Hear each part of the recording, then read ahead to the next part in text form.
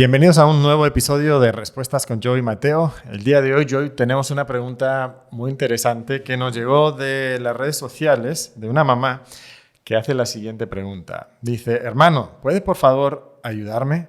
Mi hija de 4 años me pregunta si los animales empezaron a comerse entre ellos después del pecado de Adán y Eva o después del diluvio, cuando salieron del arca, y luego comenta que estaban viendo la clasificación de los animales como carnívoros, omnívoros, herbívoros, y entonces pregunta cuándo es que todo eso comienza, después del arca, después de la caída. ¿Qué respuesta podemos darle a esta mamá? Sí, pues gracias por la pregunta, es muy fascinante. De hecho, esta pregunta nos va a llevar a varios niveles de teología. Número uno, sabemos... O sea, que no nos vas a decir solamente sí y no, y ya está. Pues si gustan, yo creo que después de la caída. Pero tengo que... sería bueno si la vida así fuera de fácil. ¿Verdad? Porque a veces una pregunta así, quizás no al joven, no, pero a otros que ven esto les va a provocar dudas. Así que quiero que consideremos algunos puntos. Explícitamente hablando, sabemos que todas las bestias del campo y todo lo creado de Dios sobre la tierra, en el aire, los humanos, no comían carne antes de la caída. Eso es explícito en el texto. ¿Y dónde lo dice? En Génesis. De hecho, si vamos a Génesis, creo que es el capítulo 2, ya estaba pensando cómo llevar esto a la teología después, así que tengo que... Creo que yo busqué el pasaje. Creo que te refieres. Gracias. Creo que es el 21, 29, 1, 29 y 30. Ya. Ok. Y dijo Dios de aquí que os he dado toda planta que da semilla, que está sobre toda la tierra, y todo árbol en que hay fruto y que da semilla os serán para comer. Allí está hablando Dios al hombre y la mujer. Y luego dice en el versículo 30, y a toda bestia de la tierra, y a todas las aves de los cielos, y todo lo que se arrastra sobre la tierra, en que hay vida, toda planta verde les será para comer. Y fue así. Algo que debemos mencionar aquí es que no menciona los animales que viven en el mar. Y yo no sé si podemos definitivamente decir sí o no en cuanto a los animales marinos ahí. Pero en cuanto a todo fuera del mar, no comían carne, no había lo carnívoroso entre los animales, matanza entre ellos. Y eso viene específicamente. Sí, eso ya es explícito. Bíblico. Entonces, si aceptamos lo que el texto dice de Génesis capítulo 1, de los orígenes del mundo, pues no hay otra opción que reconocer que, por lo menos en ese momento, no se comían entre sí los animales. Sí, y hay algunas teorías que esto solamente fue para el huerto de Edén, pero afuera del huerto eran salvajes, parte de Adán y Eva, tenían que extender el huerto y someter a los animales a que no lo hagan. Y eso es a veces cuando llevamos una idea foránea a la Biblia, tratamos de meter, pero el texto dice, y toda bestia de la tierra, ¿no? Y todos los aves del cielo, y todo lo que se arrastra sobre la tierra en que hay vida. Así que no se está enfocando solo en el huerto aquí. No creo que el pasaje permita esa idea. Y luego entonces la pregunta es ¿cuándo empiezan a comer? Pues animales a otros animales. Y allí es donde sí vemos en la Biblia después de la caída que los animales comen otros animales. Y hay muerte entre animales. De hecho, Dios, por lo que parece, es quien hace el primero en vestir a Adán y Eva con túnicas de pieles. Pero la pregunta es cuándo se empezaban a comer. Y yo creo que allí es donde tenemos que usar la regula fide, la regla de la fe. Si no es explícito dónde, pues tenemos que ver qué dice la Biblia. Entonces, en otras partes que nos habla de eso. Y podemos ver, y también con lo que vemos en el mundo, claro, eso siempre es secundario, ¿no? El texto es primero. Y nosotros vemos en la mayoría desde el Cámbrico para arriba, vemos animales. fosilizados y en capas de arenisca en la escala geológica, la columna geológica. Y por lo que parece, eso viene del diluvio. Y si es del diluvio, pues para el tiempo del diluvio ya estaban comiendo carne los animales, porque vemos evidencia de carnívoros, de animales con otros animales en su estómago, todo quedando así fosilizado. Así, pero eso es secundaria. Y sabemos que después del diluvio, en el pacto que hace Dios con Noé, su familia y todos sus descendientes, dice, ahora les permito que coman carne, ahora pueden comer carne. Pero eso no quiere decir que los humanos no comían carne antes del diluvio. Hacían mucho en contra de la voluntad antes del diluvio. De hecho, claro, es lo que provocó el diluvio. Por supuesto. Y el hecho que Dios permite algo en un punto no quiere decir que no lo hacían antes. El hecho de que se establecen sacrificios en Éxodo, vemos que desde Caín y Abel están ya haciendo sacrificios. Entonces, si hay obediencia antes, también hay pecado antes y comiendo animales. Así que yo no veo ninguna razón en la regla de la fe, lo que dice toda la Biblia sobre este asunto, de creer que fue hasta después del diluvio que los animales se volvieron carnívoros, sino después. Y hay otra evidencia. Vemos un cambio en diseño en la caída, en Génesis 3. Ahora vemos disfunción que se agrega a la función. Por ejemplo, la función del hombre de proveer viene de Génesis 1 y 2, pero ahora hay espinos y cardos que van a luchar en contra de esa función. Uh-huh. Y la mujer, el hombre tienen el llamado de multiplicarse, llenar la tierra. Antes de la caída, después el rol de la mujer tiene disfunción. Va a agregar dolores Dios a esa función de tener hijos. Entonces, si parte de las funciones, especialmente en Génesis 1, de servicios regentes sobre incluso los animales en la creación, podemos imaginar que violencia animal puede ser también un cambio que sucede, que lucha en contra de esa función del hombre. Así que solo la regla de la fe, me imagino que después de la caída. Entonces la muerte entra después de la caída. Sí. Los animales empiezan a comerse después de la caída. Sí. Antes de la caída, entonces, ¿los animales tampoco morían? Me imagino que no. Ahora, muchos, y sí creo es válido usar Romanos 5:12, que por el pecado de Adán entró la muerte. La muerte pasó a todos los hombres por cuanto todos pecaron.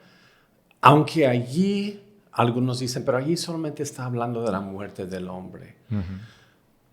Y yo creo que eso es demasiado restrictivo, nuevamente viendo la regla de la fe. Porque a veces somos tan antropocéntricos o centrados en la salvación del hombre que se nos olvida que el evangelio tiene que ver con la restauración de toda la creación de Dios, no solamente los seres humanos. Y es lo que dice Pablo en Romanos capítulo 8, ¿verdad? Es sí. Toda la creación gimiendo a una, esperando la redención, sí. No solo del cuerpo humano y del ser humano, pero de la creación entera. Sí. Y si Dios nos dijo en Génesis capítulo 1 que el mundo era bueno y era muy bueno, ¿dónde entra la muerte en ese esquema? Sí, y yo no veo ni siquiera la muerte animal en ese esquema, por varias razones, porque entiendo los argumentos que muchos van a dar. No la muerte humana, porque es hecho a imagen de Dios, eso es lo que entra, es lo único que importa. No, Dios está restaurando y reuniendo todas las cosas en Cristo en la redención, y parte de eso incluso ya no hay violencia entre animales. Y por eso, si me permite ir a un texto un poco polémico, Isaías 65. Ahora bien, quiero solo mencionar un par de cosas. No todos, incluso aquí en UCLA, tenemos la misma perspectiva escatológica en cuanto a premilenialista, postmilenialista, lo que llaman amilenialista, aunque ese término no creo que es lo correcto para esa postura. Entonces, muchos van a Isaías 65 para promover la idea de un milenio literal aquí. Sea que hay un milenio literal aquí o otro, pues para otro día. Pero a veces usan un texto equivocado para hablar de milenio, yo creo. Isaías 65, cuando habla en el versículo 25, el lobo y el cordero serán apacentados juntos y el león comerá paja como el buey y el polvo será alimento de la serpiente. No afligirán ni harán mal en todo mi santo monte, dijo Jehová. Y algunos dicen, así es la descripción del milenio. Sea que así sea en un milenio o si es literal o no, eso es para otro día. Pero este texto no está hablando de eso. Lo que encabeza este texto es el versículo 17. Porque he aquí que yo crearé nuevos cielos y nueva tierra. De lo primero no habrá memoria, ni más vendrá al pensamiento. Así que al menos en este texto está hablando de nuevos cielos, nueva tierra. Y si esto es parte de, como dice en Efesios 1, que en Cristo el misterio que fue oculto a todo el mundo ahora fue revelado a la iglesia. ¿Qué es el misterio? Que en Cristo está reuniendo todas las cosas para la gloria de Él. Y si parte de eso es en los nuevos cielos, nueva tierra, la resurrección, es mostrar que ya no habrá los efectos del pecado, y un efecto de eso es que los animales ya no se van a comer, no hay violencia entre animales. Creo que ya tenemos suficiente evidencia con todo lo que hemos visto que sería muy difícil meter muerte animal en Génesis 1 y 2. Y de hecho en la teología bíblica, donde narramos la historia de la Biblia, frecuentemente decimos, bueno, tenemos aquí la caída, el hombre en un paraíso, la caída que estropea eso, Dios está restaurando eso y nos está llevando a algo que es parecido, pero sí mejor a lo que había ahí. Pero si encontramos que no hay violencia animal en el mundo futuro que Dios va a crear, el cielo nuevo y la tierra nueva, y tiene cierta similitud con el paraíso original que Dios creó, es lógico entonces pensar que no había muerte hasta la caída, ni muerte animal hasta la caída. Sí,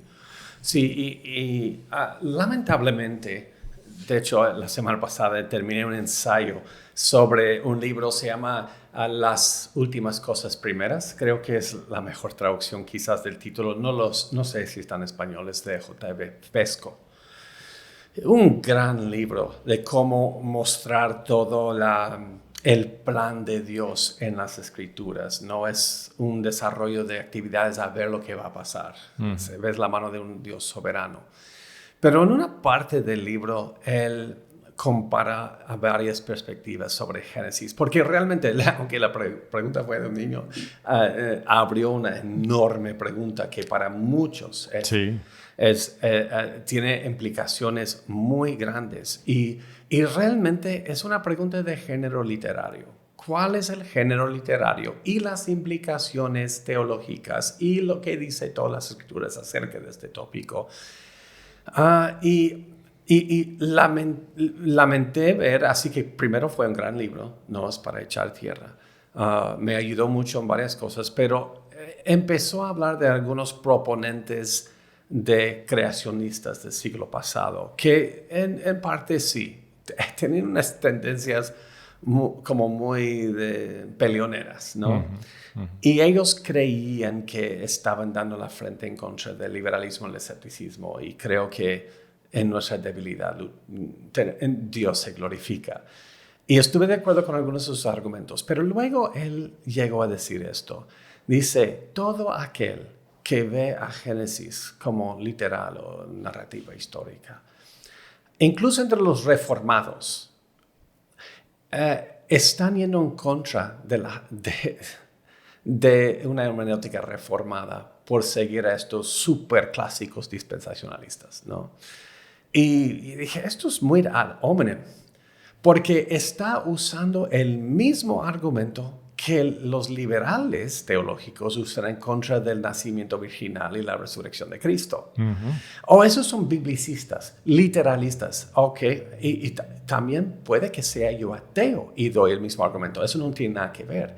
Hay que ver el argumento porque no vemos el género literario. Y eso se llama una falacia genética de tratar de, y también ad hominem, de tratar de dónde viene el argumento, descuenta el argumento. Hay que ver el argumento y algo que solo aprovecho de esta pregunta. Si el joven que hizo la pregunta está viendo ahorita, está diciendo, ¿para qué me metieron en esto? Pero de aprovechar de animar a los hermanos.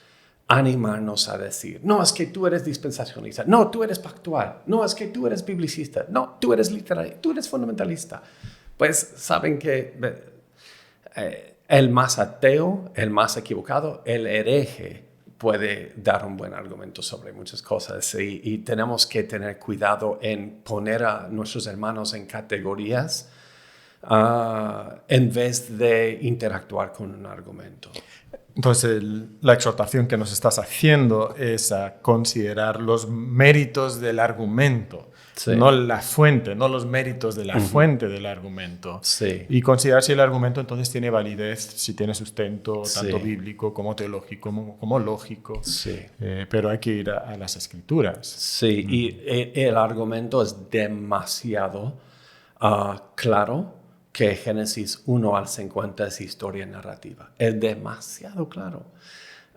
Y de hecho, Génesis 1 al 11 nos presenta a Abraham. No empieza Abraham en Génesis 12.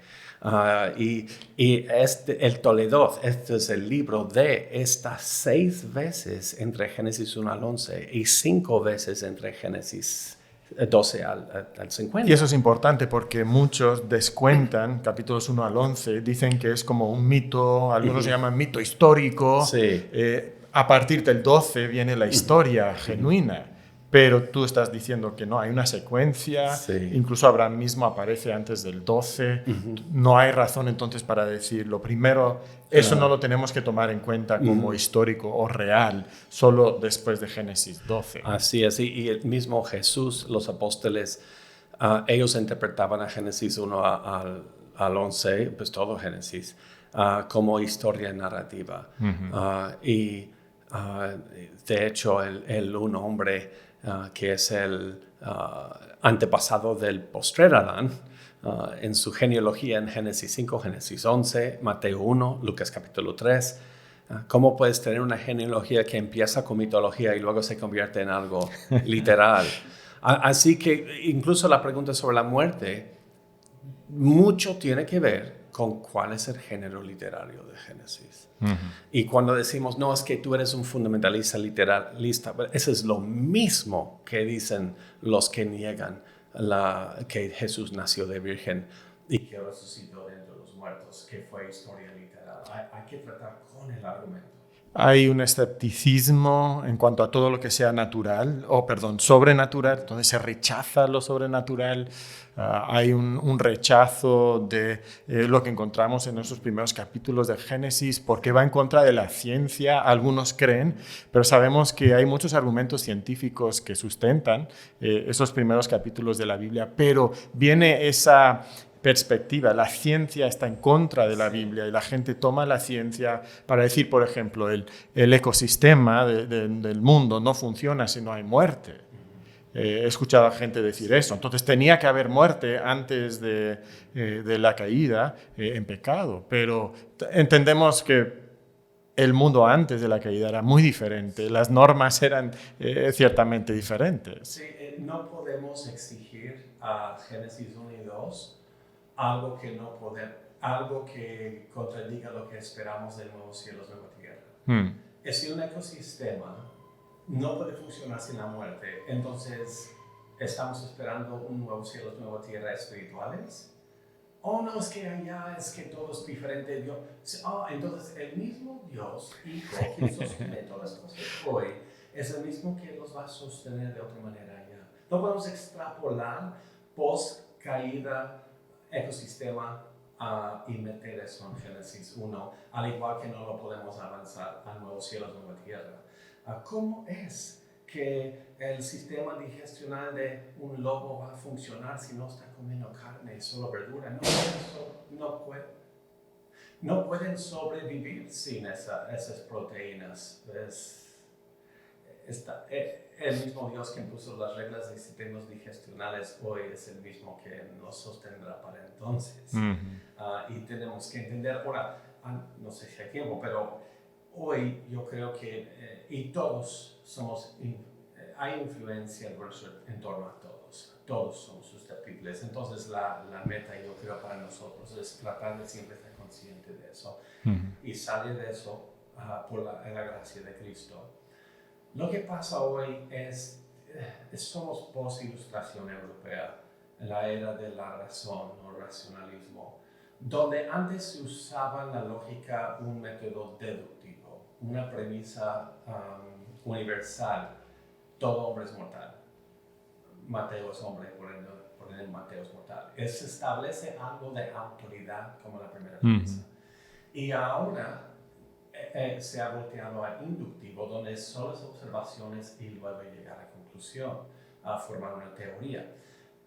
Pero usamos ambos sistemas de lógica hoy. Usamos deductivo e inductivo, ambos. Pero ambos tienen falencias. En el deductivo, ¿cómo sabemos que la primera premisa es verdad? Y en el inductivo, que es la base del método científico, cualquier nueva evidencia puede deshacer esto. Y la Biblia, allá es donde nos da la certeza, donde hay brechas. El problema con decir voy a interpretar la Biblia con lo que la mayoría de los naturalistas creen hoy, es decir, voy a cortar todo lo deductivo de que Dios revela esta verdad y se entiende a través de esto. Y luego vemos eso reflejar en lo inductivo, en lo que observamos. Muchos hoy dicen, no, desechamos todo lo deductivo y solo voy a creer e interpretar la Biblia a través del inductivo. Y es por eso que somos influenciados a reinterpretar la Biblia para que concuerde con el consenso de teorías del mundo naturalista empírica del siglo pasado. Ya no el mundo es empírico, es relativista. Pero yo creo que todos somos susceptibles a eso.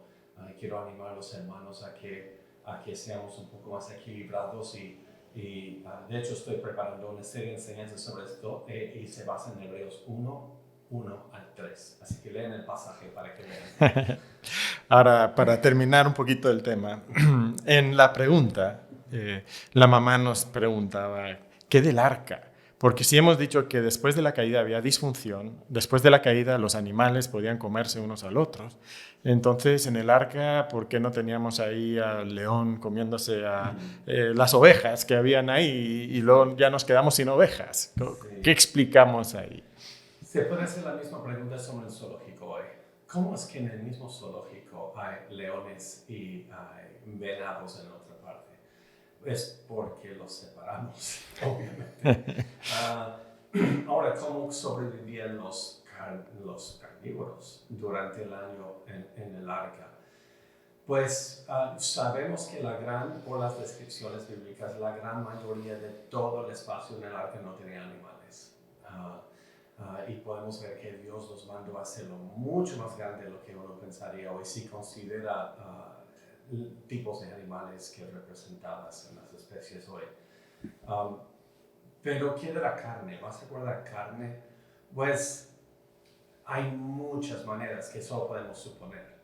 Una manera es, claro, va a haber muchos animales flotando en el agua, muertos. Se puede secar carne, como hacemos aquí, machacado, aquí en México. Sí. Se puede secar carne y dura para mucho tiempo. Sin embargo, cómo no se comían entre sí, pues hay zoológicos más pequeños que el arca y hay animales que no se comen entre sí porque los mantienen separados. Sí. Pudiera ser también que Dios está haciendo algo inusual ahí, que hay un elemento sobrenatural. Por ejemplo, ¿cómo juntó todos esos animales? Y eso es el otro aspecto. Sí. Una cosa es, pues hoy mismo tenemos incluso pequeños zoológicos más pequeños que el arca que tienen animales carnívoros y herbívoros. Pero también todo este proceso no se puede explicar por meras cosas naturales. Dios junta a los animales, ellos entran al arca. El mismo diluvio es algo por Dios, y sería bueno para otro episodio hablar entre las causas primarias y secundarias, ¿no? Y cómo incluso Agustín de Hipona, toda la historia de la iglesia, eso se ve otra vez en Hebreos 1:1-3, que aún lo que llamamos natural es bajo el gobierno de Cristo. Él está sosteniendo, Él está usando un medio que llamamos leyes naturales. Pero no es una ley ética, así que Dios no tiene que obedecer la misma ley que usa. En cuanto a la ley moral, Dios también, porque esa ley moral refleja la ética moralmente de Dios. Así que Dios nunca va a pecar, no puede. Pero en cuanto a las leyes que establece para gobernar la tierra, sí puede interrumpirlas y cambiarlas porque no reflejan a Él ontológicamente o éticamente. Y cuando Él interviene en la manera que usualmente sostiene el universo, nosotros lo llamamos en el vernacular, el léxico de milagro. Pero es una primera causa. La creación es una primera causa. Partiendo del Mar Rojo es primera causa. El diluvio, primera causa. Virgen dando a luz, resurrección de Cristo es primera causa.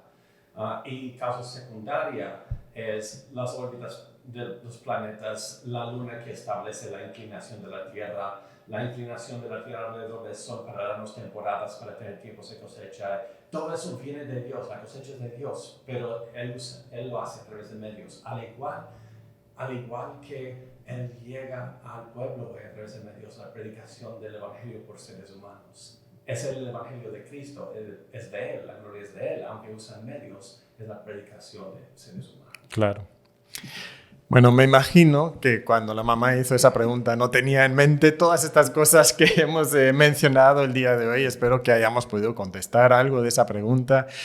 Hay muchos más recursos, muchos más temas sobre esto que hay que discutir, pero les invitamos a seguir estudiando, defendiendo su fe basados en la palabra de Dios. El Ministerio de Respuestas en Génesis tiene un arca enorme donde podemos tener una idea muy real de cómo hubiera sido el arca en ese tiempo. Les invitamos a visitarlos. También les invitamos a ver las redes sociales del Instituto Universitario Cristiano de las Américas. Esto es un ministerio de esa universidad cristiana. Les invitamos a conocernos más visitando nuestras redes sociales. Gracias por habernos acompañado en este episodio de Respuestas con Joe y Mateo.